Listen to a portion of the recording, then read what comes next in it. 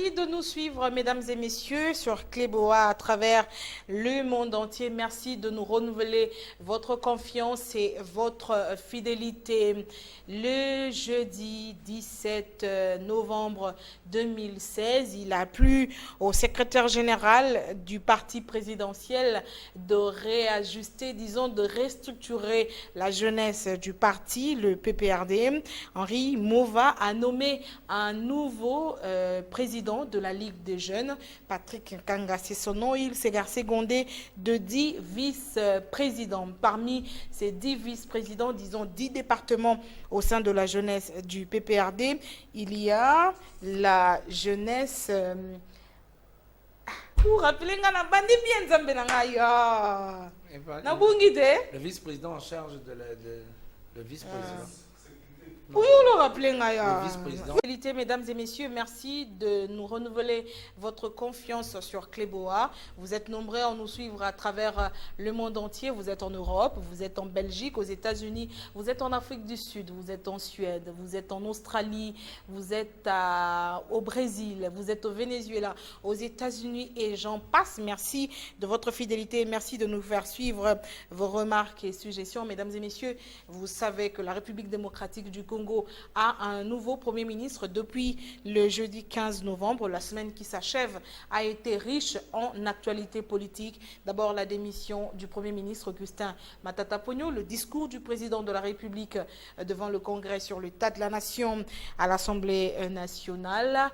Ensuite, la nomination d'un nouveau Premier ministre. Mais en fin de semaine, le meeting raté, le deuxième du rassemblement. Là-bas, on accuse la majorité présidentielle d'étouffer les droits de l'homme, mais également ces révélations qui font froid dans le dos, disons-le comme ça, ces révélations de la nationalité douteuse du Premier ministre qui serait un sujet belge avec un document qui circule sur Internet. Cette semaine qui s'achève a vu également la Ligue de jeunes du PPRD être restructurée. Le secrétaire général, Henri Mova, a nommé un nouveau président de la Ligue de jeunes, Patrick Kanga, qui remplace Deo Indulu, député national élu de Moamba. Patrick Kanga sera secondé de 10 vice-présidents, disons 10 départements au sein de la jeunesse du PPRD. Parmi ces 10 vice-présidents, il y a John Mbou Letang. Il est chargé de la sécurité et de la vigilance. C'est lui notre invité.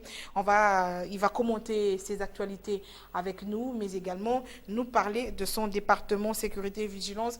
John Mbou Letang, bonsoir, bonjour, selon l'heure à laquelle nos fidèles téléspectateurs nous suivront. Bonsoir Madame Rachel. Merci de répondre à notre invitation. Première question, sécurité et vigilance. En cette période où on parle de la sécurité des Congolais, une période tampon entre ces instants et la tenue des élections, il faut beaucoup de travail. Est-ce que vous imaginez la lourde mission qui vous attend?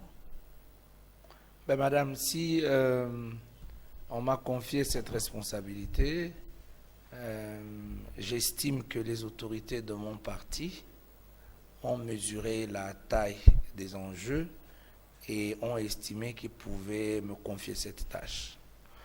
Et ma tâche, c'est une tâche assez complexe, mais elle est simple quand vous comprenez. Parce que la sécurité, c'est d'abord de la prévention.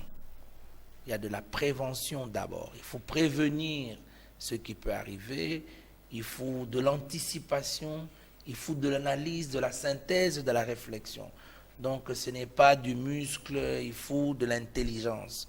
Et pour cette intelligence-là, le parti a estimé que j'étais apte à répondre à cette exigence-là. Comment aller prêcher finalement la paix à ces jeunes pour qu'il n'y ait pas de troubles, alors que vous savez que les jeunes Congolais, on va dire de Kinshasa particulièrement, sont presque déçus du pouvoir, quand le chef de l'État, même dans son discours, parle des jeunes qui sont manipulés, du fait qu'ils n'ont pas d'emploi. C'est vrai, parce que durant ces 15 dernières années, les jeunes n'ont pas été pris en compte, leurs desiderata. Et vous, quel discours amènerez-vous auprès de ce jeune pour que votre message soit entendu? Mais madame, il y a quelque chose, nous bénéficions tous d'une intelligence. Okay? vous avez été à l'école pour être journaliste. Aujourd'hui, vous êtes journaliste et en dehors du journaliste, vous faites peut-être autre chose. Donc, le jeune Congolais n'est pas à la limite de l'imagination. Mais par moments, les Congolais veulent aller dans des facilités pour penser faire du désordre pour se retrouver. Madame, vous savez, votre liberté se termine là où commence la liberté de l'autre. Okay? Aujourd'hui, manifester est un droit à tout le monde.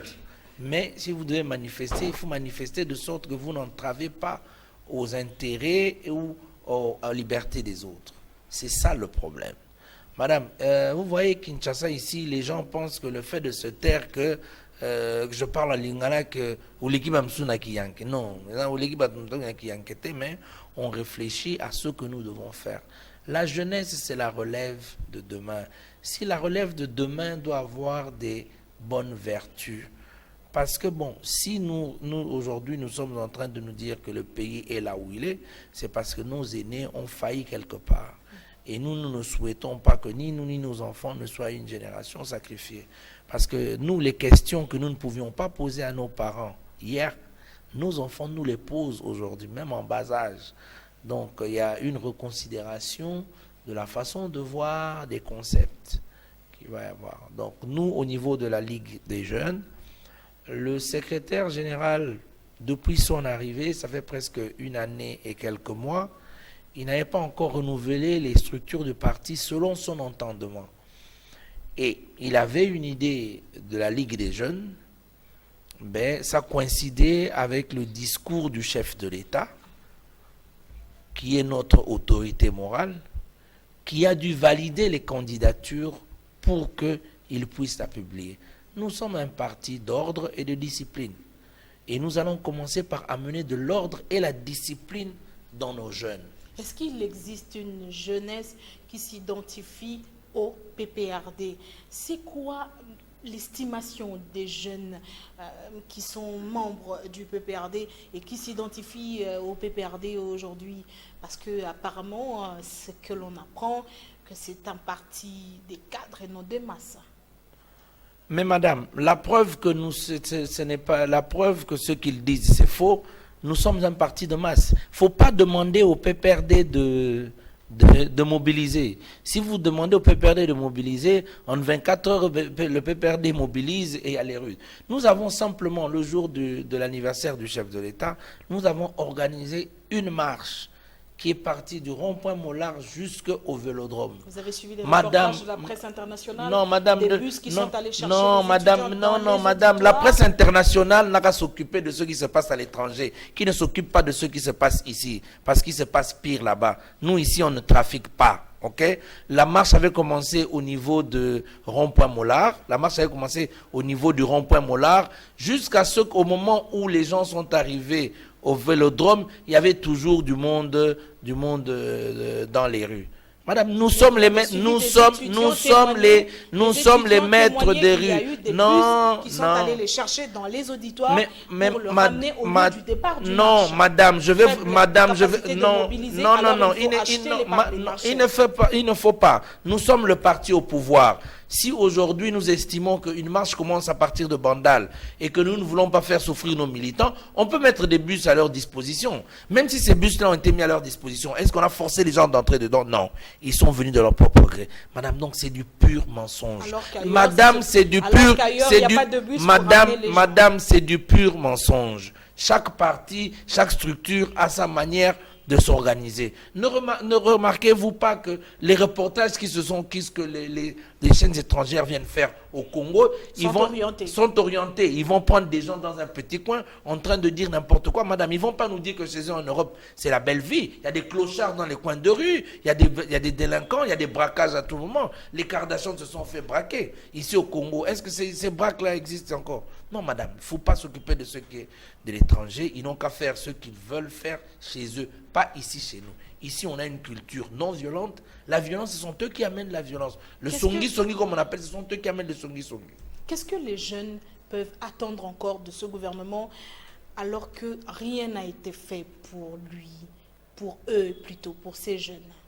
Mais madame, si vous estimez que rien n'a été fait, ça serait faux. Peut-être ce qui a été fait est insuffisant. Est insuffisant pourquoi? Parce que ceux qui sont au chômage sont plus nombreux. Oui, madame, des milliers de diplômés. Oui, madame, mais même en Europe, il n'est pas dit que non, madame, il n'est pas dit qu'en Europe là où non, madame. Là où en Europe, dans tous les pays du monde, le chômage existe. Ok?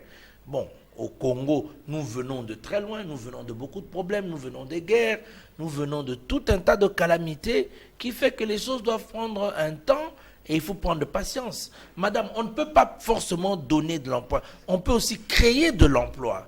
Chez nous, on peut perdre, on veut amener les jeunes à créer de l'emploi. Madame, je vais vous dire une chose. Qu'est-ce que vous faites pour les jeunes? Madame, qu'est-ce qu'il y a? C'est que avec des moyens de bord, les jeunes qui s'identifient et qui ont des capacités sont encadrés et appuyés.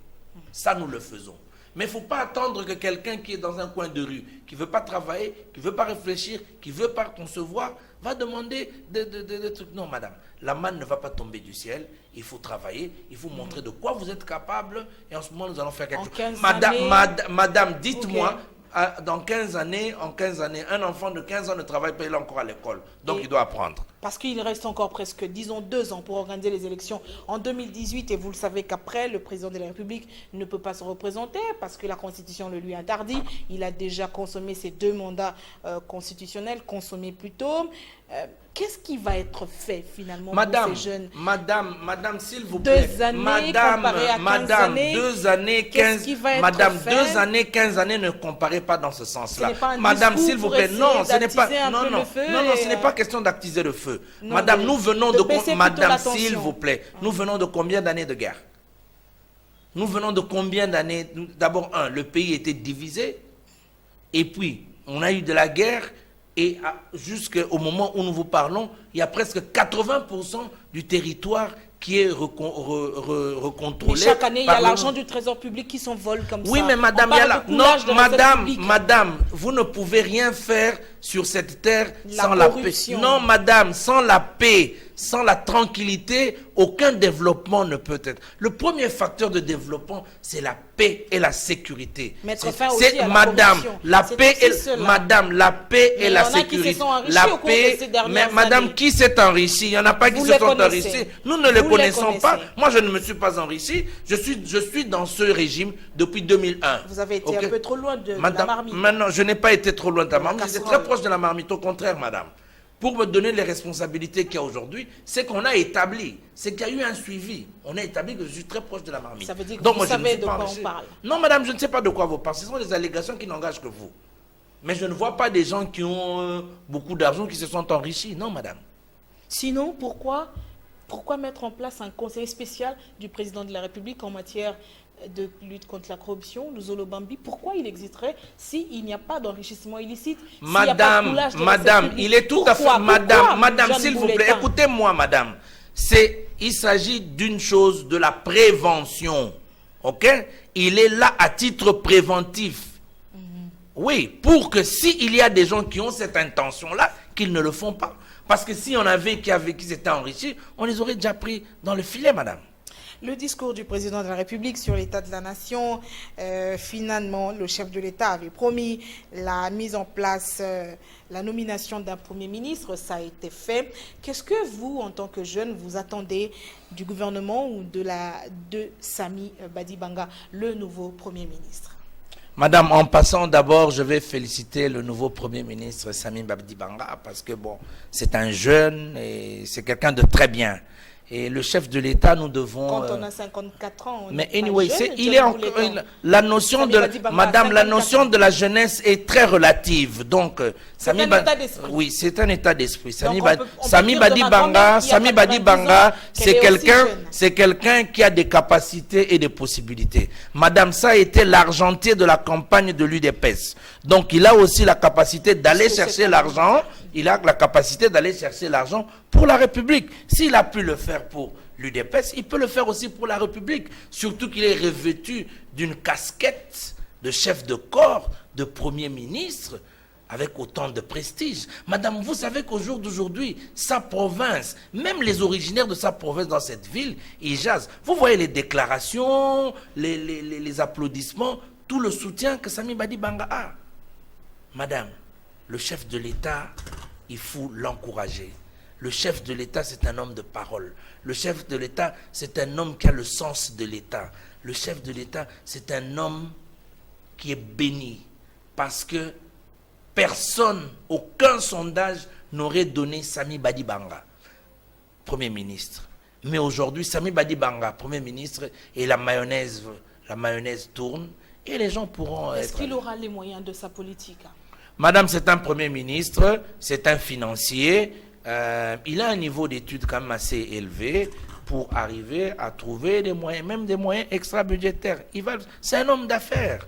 Madame, Sami Badi Banga n'est pas venu dans l'UDPS comme un pingre monsieur, c'est un monsieur qui a une vie. C'est comme ça que c'est à ce titre-là qu'on a fait de lui le conseiller spécial. Il est nommé Madame, le franc congolais connaît une dépréciation sur le marché. Finalement, on va s'attendre, puisque c'est le président de la République. Madame, la situation, madame, les conditions, non, madame, les conditions, non, la crise, madame, la crise, déjà on sait que le budget de l'année 2017, la crise, elle est mondiale, ok? Et les effets de la crise impactent sur le budget de la plupart de nos États, ok, madame? Au jour d'aujourd'hui, M. Sami Badi Banga est là, il va trouver des moyens extra-parlementaires pour arriver à réussir la tâche qui lui incombe. Extra-parlementaire, parce que Matata Pogno aussi, la plupart de ces réalisations ont été financées pas par le budget depuis 2012, vous le savez.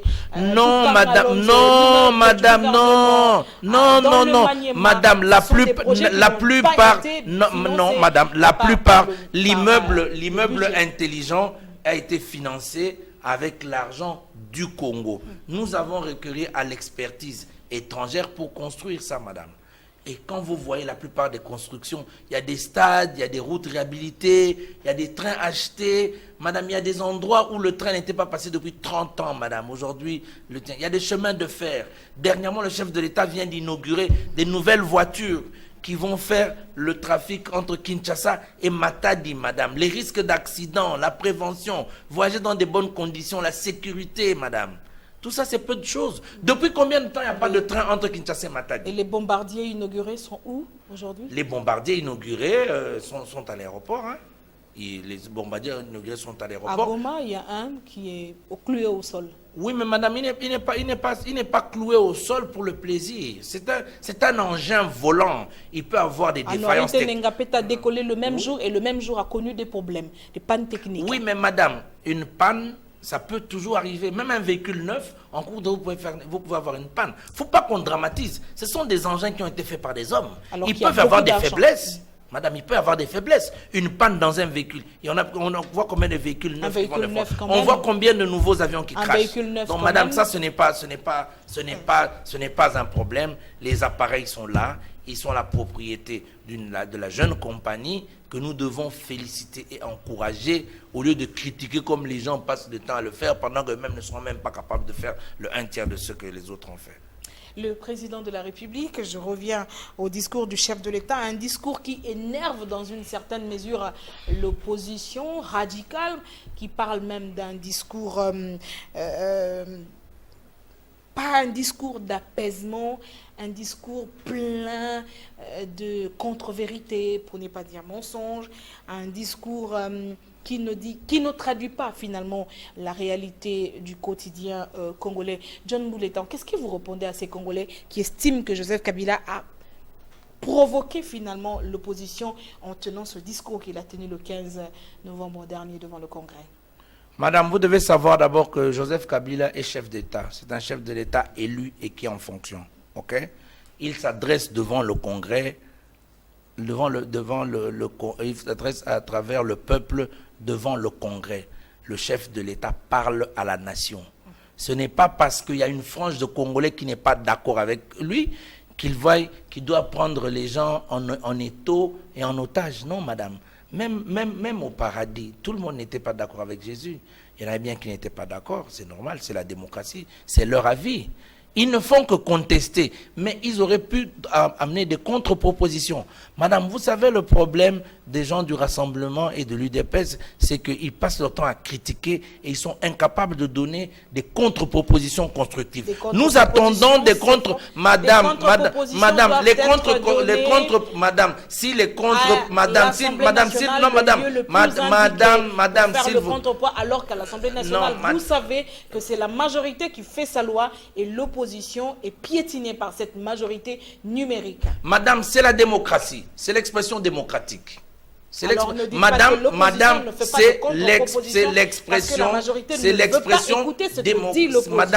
l'expression démocratique. La majorité est majorité, c'est comme ça qu'elle est majorité, elle impose sur la minorité. Elle fait sa loi. Ouais, madame, mais désolé, c'est pas moi qui ai créé ça. C'est pas moi. Ce sont eux qui ont demandé la démocratie. Ce sont eux qui ont demandé la démocratie. Et la démocratie a ses avantages et ses inconvénients. Mais madame, quand quelqu'un parle, vous voyez les gens du Rassemblement, ce sont des gens qui sont dans un fixisme, ils sont dans un rêve.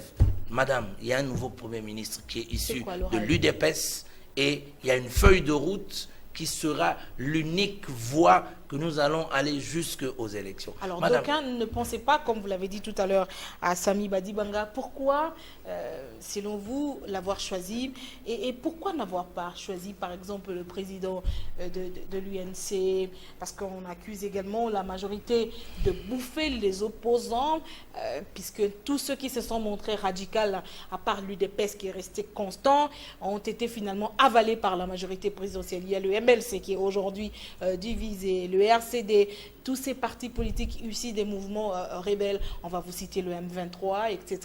Donc c'est la majorité qui fait tout pour bouffer ses opposants et les opposants qui se montrent un peu plus radicaux.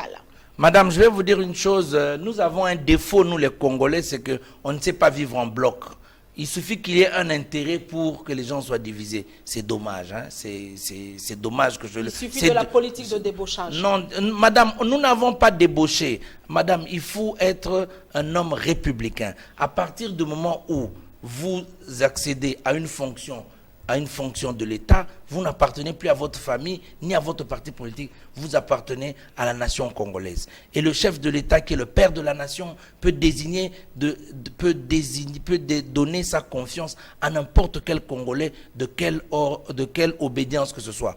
Madame, je vais vous dire que la majorité avait voulu à 5 reprises a insisté auprès du chef de l'État pour que la majorité, le Premier ministre soit issu de la majorité, mais le chef de l'État est allé à l'encontre de la volonté de la majorité. Il a décidé de donner la primature à un Premier ministre qui est issu de l'opposition. Monsieur Samy Badibanga n'a jamais... Non, madame, ce n'est pas question de diviser. Dans un mouvement, vous pouvez avoir des avis contraires, ce n'est pas interdit. Monsieur Samy Badibanga est de l'UDPS. La position qu'il occupe dans l'UDPS est plus légale que tous les autres qui se prévoient de l'UDPS. Madame, il est étiqueté député UDPS. Et vous savez qu'il non, madame, le rassemblement, c'est un rassemblement de la... Madame, c'est un rassemblement... Madame, écoutez-moi que je vous dise. C'est un rassemblement de la honte. Parce que ceux qui sont dans ce rassemblement aujourd'hui ont eu les rênes du pouvoir, ils n'ont pas pu donner à la population ce qu'elle attendait. Donc je ne vois pas maintenant dans le format du rassemblement que ceux qui vont donner encore de plus. Non, c'est simplement de l'égoïsme. Ils ont vu que les enjeux venaient et que la concurrence était un peu plus élevée. Ils se sont dit d'aller dans le rassemblement pour monter les enchères. Madame, il y a un Premier ministre aujourd'hui, il y a une feuille de route. Et celui qui va s'aligner dans la logique de la feuille de route, s'il est dans les critères du Premier ministre, il va entrer dans le gouvernement, il va continuer à travailler. Sinon, madame, le président angolais leur a demandé de prendre patience et d'attendre les élections. Madame, nous entrons